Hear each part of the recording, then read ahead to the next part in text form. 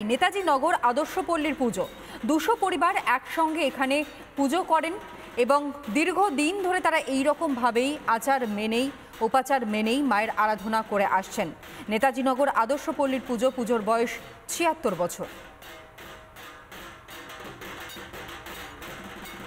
বঞ্জিলা আমার সহকর্মী এই মুহূর্তে আমার সঙ্গে রয়েছে। বঞ্জিলা, এই পুজোর বৈশিষ্ট্য ঠিক অন্য রকমভাবে আমরা ব্যক্ত করছি, অর্থাৎ এখানে কোনো রকমের কোনো থিমের লড়াই নেই, কোনো রকমের দ্বন্দ্ব নেই, এখানে শুধুমাত্র মাতৃ আরাধনা চলছে। যেই ছবিটা আমরা দেখতে পাচ্ছি নৃত্যশৈলীর মধ্য দিয়ে একজন শিল্পী তিনিও তা প্রকাশ করছেন।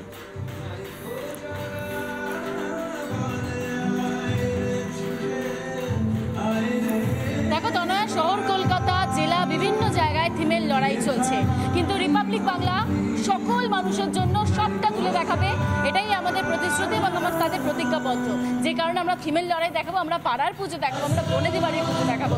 তোমাকে একদম সেই পাড়ার ফ্লেভারটা দিই, তুমিও হয়তো সেই তোমার নিজের পাড়ায় ফিরে যাবে, যেখানে পাড়ার সকলে মিলে সন্ধ্যেবেলা বসে এরকম নৃত্যানুষ্ঠান গানের অনুষ্ঠান চলে।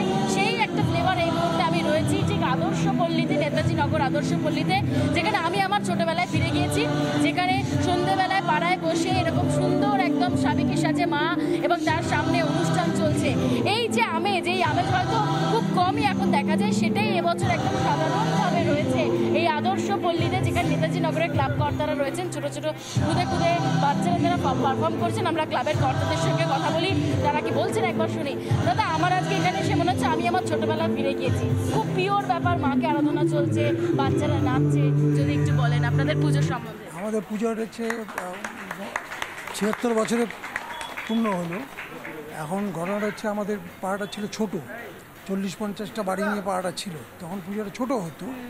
এখন পাড়ার মধ্যে অনেক অধিবাসীরা এসে গেছে, ফ্ল্যাট হয়ে কিছু লোক বেড়েছে আর কি। বাড়ার ফলে আমাদের পুজোটা একটু আর সরকারি একটু আমরা অনুদান পাচ্ছি, সরকারি অনুদান নিয়ে আমাদের মোটামুটি সব এখানে মুসলিম হিন্দু সব আছে। একদমই আমরা এখানে দেখতে পাচ্ছি দাদা, আপনারা সবাই খুব একত্রিত হয়ে সেই সন্ধ্যাবেলার পাড়ার কালচারটা ধরে রেখেছেন।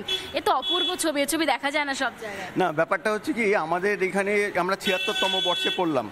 সম্পূর্ণ আমাদের উদ্বাস্তু কলোনি, আমাদের বাবা ঠাকুরদা তাদের আমল থেকে এটা হচ্ছে। তো আমাদের খুব ছোট্ট পাড়া, এই পাড়ার মধ্যে থেকে যা চাঁদা ওঠে প্লাস সরকারি অনুদান কিছু আমরা যেটা সরকার থেকে দেওয়া হয় 1,10,000 টাকা এবার পেয়েছি, এবং অন্যান্য যারা বিজ্ঞাপনদাতা তারা পেয়েছেন। এই ছোট সবকিছু নিয়েই আপনারা ছোট থেকে বড় হওয়া, আন্তরিকতার সঙ্গে তাদের পুজো। আমি প্রতিমা দর্শন করাবো একবার, আমরা বলবো অতনু নাগ এই মুহূর্তে ভিডিও জার্নালিস্ট রয়েছেন, তাকে একবার একদম প্রতিমাকে দেখানোর জন্য বলবো, কারণ এখানে কিন্তু কোনো থিমের ছোঁয়া নেই, একদম খুব সাধারণ পুজো, কিন্তু অসাধারণ একটা মুহূর্ত এটার জন্যই তো নয়। তার কারণ হচ্ছে এখানে পাড়ার সকলে রয়েছেন, যে পাড়ার যে কালচার, সেই পাড়ার কালচারটা এখানে আমরা এসে দেখতে পাচ্ছি। যারা পাড়ায় এসছেন তাদের সঙ্গে একবার কথা বলি, তারা ঠিক কীরকম ফিল করছে। অনেক বয়স্ক মানুষজন রয়েছে। মাসিমা, আপনি কত বছর ধরে এখানে রয়েছেন?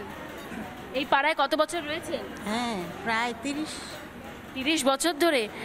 এই যে সন্ধ্যেবেলায় লোকে ঠাকুর দেখতে যায়, আপনি যান নাকি পাড়াই সব? পাড়াই সব। বুঝতেই পারছো তো না, আমি আরো কয়েকজনের সঙ্গে কথা বলি যারা এসছেন, মহিলারা।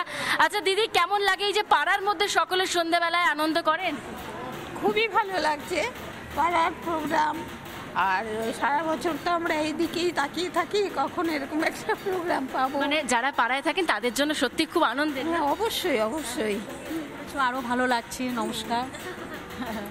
দেখো, পাড়ার মানুষজন এখানে পাড়ার সেই কালচারটাকে এনজয় করেন, এবং এখানে ঠিক একদম মা দুর্গার সামনে বেদি থেকে খানিকটা দূরে এখানে অনুষ্ঠান চলছিল, এবং যিনি সঞ্চালনা করছেন আমি তার কাছে যাই। দাদা, অনেকক্ষণ ধরে আপনি অনেক কথা বলছেন। নমস্কার, রিপাবলিক বাংলার তরফ থেকে শারদীয়ার শুভেচ্ছা আপনাকে। এই যে সন্ধ্যেবেলা এত থিমের লড়াই, মানুষ ভিড় করে যাচ্ছে সন্তোষ মিত্র স্কোয়ার বা অন্যান্য পুজোতে, আপনারা খুব সাবলীলভাবে পাড়ার সুন্দর এই প্রোগ্রাম পরিচালনা করছেন, দেখেও ভালো লাগছে। ভীষণ ভালো লাগে, আমরা এইভাবেই করি, এবং আমাদের পাড়ায় এই জনসাধারণ, তামাম জনসাধারণ ওরা এই মাঠেই থাকতে চায়। আমরা এইটাকে ভীষণভাবে যায়, ছিটকে যায়, আমাদের প্রোগ্রাম থাকলে যায় না, প্রোগ্রামের পরে বা আগে চলে যায়। সেই ছোটবেলায় ফিরে যাওয়ার মতন লাগছে। একদম ছোটবেলায় আমরা ফিরে গেছি অলরেডি, এখানে যারা আছে সবাই ফিরে গেছে। এখানে আরো অনেকেই রয়েছেন, বয়স্ক থেকে মাঝবয়সী অনেকেই রয়েছে। আচ্ছা, তুমি তো নাচ করলে, পাড়ায় ঠাকুর দেখা হয় পাড়ার বাইরে গিয়ে? হ্যাঁ, অনেকই হয়, কিন্তু পাড়া একটা আলাদা টান, তাই তো? হ্যাঁ, পাড়ায় তাই নাচ গান করতেই হয়। হ্যাঁ। তনয়া, তুমি বুঝতেই পারছো এখানে বয়স্করা রয়েছে, ছোটরা রয়েছে, মাঝ বয়স্করা রয়েছে, অনেকেই রয়েছে। তবে পাড়ার যে আবেগ বা পাড়ার যে কালচার তা কিন্তু ভোলার নয়। আমি আরেকবার সামনে থেকে প্রতিমাকে দর্শন করাতে বলবো, কারণ কলকাতা শহর বলো, জেলা বলো, সব জায়গায় এই মুহূর্তে ঠিক পুজোর প্যান্ডেলগুলোতে। তবে নেতাজি নগরের যে আদর্শপল্লীর পুজো, এই 76 বছরের পুজো, তা কিন্তু আলাদা একটা পাড়ার টান রয়েছে। বেশ, এবং সেই ছবিগুলোই কিন্তু আমরা দেখাচ্ছি লাগাতার। মানুষের আবেগ, মানুষের ভালোবাসা, মানুষের স্মৃতি এবং একই সঙ্গে ভবিষ্যতের পরিকল্পনা, সবটাই এই পুজোকে কেন্দ্র করে। সেই ছবিটা আপনাদের সামনেও আমরা তুলে ধরছি। দেখতে পাচ্ছেন নেতাজি নগর আদর্শপল্লীর পুজো। অন্যদিকে আদর্শপল্লীতে কার্যত সাবেকি পুজো এবং তার আয়োজন প্রায় 70 বছরেরও বেশি সময় ধরে হয়ে আসছে। নানা ধরনের কন্টেন্ট দেখার জন্য লাইক করুন, শেয়ার করুন আমাদের ফেসবুক পেজ, সাবস্ক্রাইব করুন আমাদের ইউটিউব চ্যানেল। পাশাপাশি অন্যান্য ব্রেকিং নিউজের জন্য অবশ্যই চোখ রাখুন রিপাবলিক বাংলায়।